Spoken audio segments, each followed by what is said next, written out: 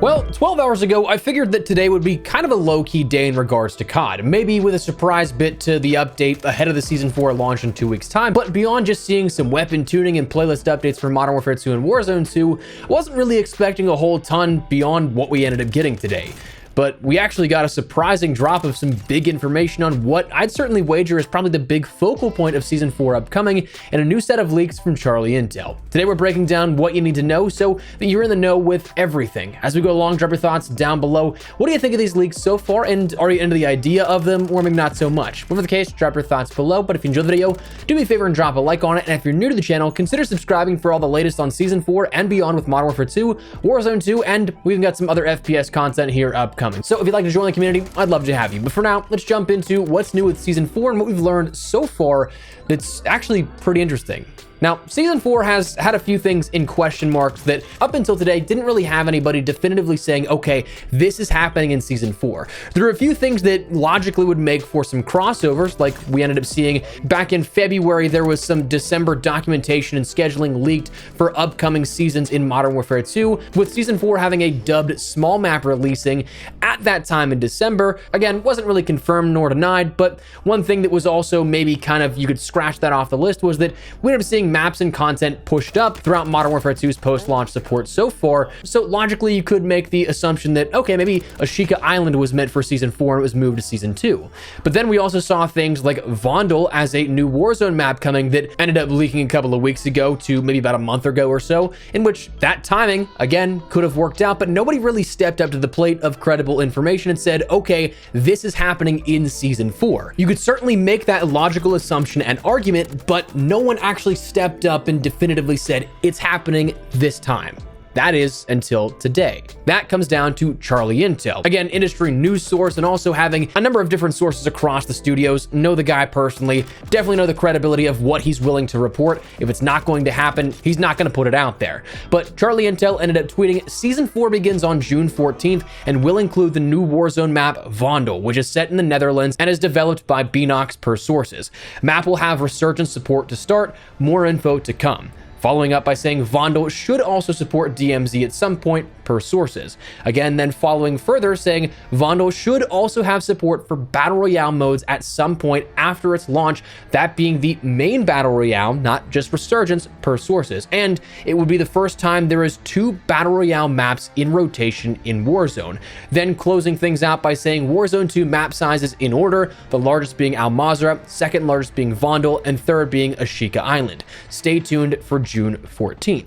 So that's a bit of decent information, more than we knew before, and opens up some curveballs into the offering that Season 4 will bring to the table, which is certainly interesting, and we can dive into that first and foremost. Which, the biggest part, it's nice to see another map in the rotation here. To me, it kind of gives me hints of Fortune's Keep, ultimately kind of coming out of nowhere, out of left field, but I'm not going to say no to another map on offer. I will always say yes to new content, new and more content for sure, especially given the last couple of years that we ended up seeing in terms of post-launch support, where it was a little lackluster to say the least, maybe even generously saying lackluster.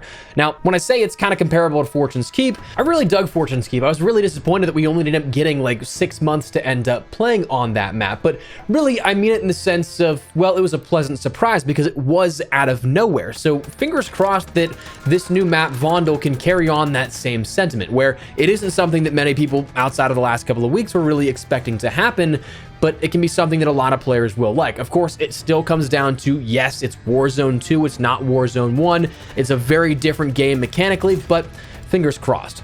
Now, there's also some interesting differences from this as well as other maps we've seen, because he stated Vandal will be a Resurgence and standard BR map, and also saying that it's the first time we'll see 2 maps in rotation in Warzone.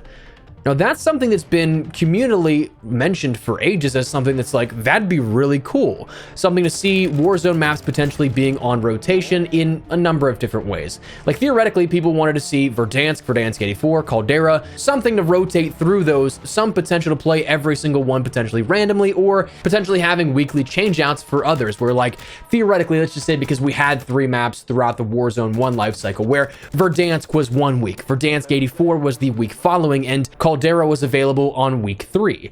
That's something that's been mentioned for a long time in terms of the community, and Raven had even discussed the interest in pursuing something like this before the launch of Modern Warfare 2, but they cited the technical and file size hurdles with maps so big that that's why they couldn't ever do that with Warzone 1.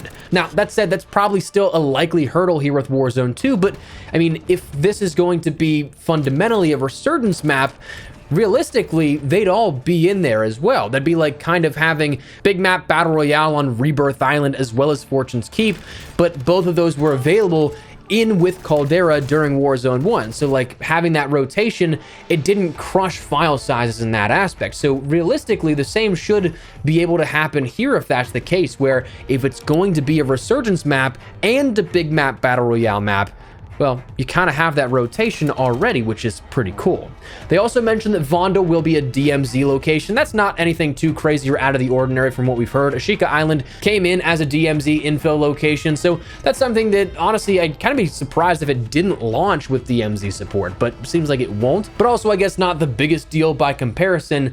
But the other thing that really came out of this to me was the further confirmation that this is not the future big map BR for the upcoming year. Seeing that it's going to be a resurgence map, but also with regular battle royale support. Now, here's the thing, first and foremost, if it is going to be smaller than Al Mazrah but bigger than Ashika Island, I would not expect it to be something that is as large as Al Mazrah in terms of player count, but also not as small as Ashika Island. So maybe this is something that where we end up seeing 80 to 100 players perhaps. But anyways, beyond that, Charlie Intel mentioned this is not the map for Big Map BR this upcoming year, further confirming that this was the long rumored to be Los Alamos map that would be accompanying Modern Warfare 3. Likely, if I were to guess, the Season 1 content offering and refresh that we've seen every single year now since Warzone has become a mainstay.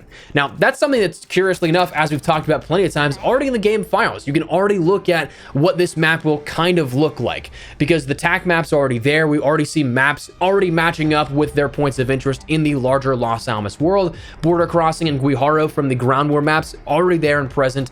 LSEO, the TAC map, matches up perfectly in the southeastern portion, and presumably some other things that we'll see along the way are also going to match up as well. So this is something that we've seen this already, so we know that's going to be coming. Charlie Intel further confirming that, so that's definitely something that's pretty cool. Now, in regards to what we'll see here further, honestly, at this point, like, I feel like everything except for seeing gameplay and the map layout has leaked out so far. So with that in mind, I kind of think that we're going to start to see teasers next week at some point. Obviously, that's kind of a no-brainer statement because we normally see that happen a week out from the seasonal launch, but I'd also be curious to see if we get anything special, because for the first time, minus the PlayStation Showcase, this is like where we're going to fall into reveal territory for different game expos here from this summer and into the fall, because we have Summer Games Fest hosted by Jeff Keighley, a spotlight that we've seen historically shown on Call of Duty for details to be shown off beforehand.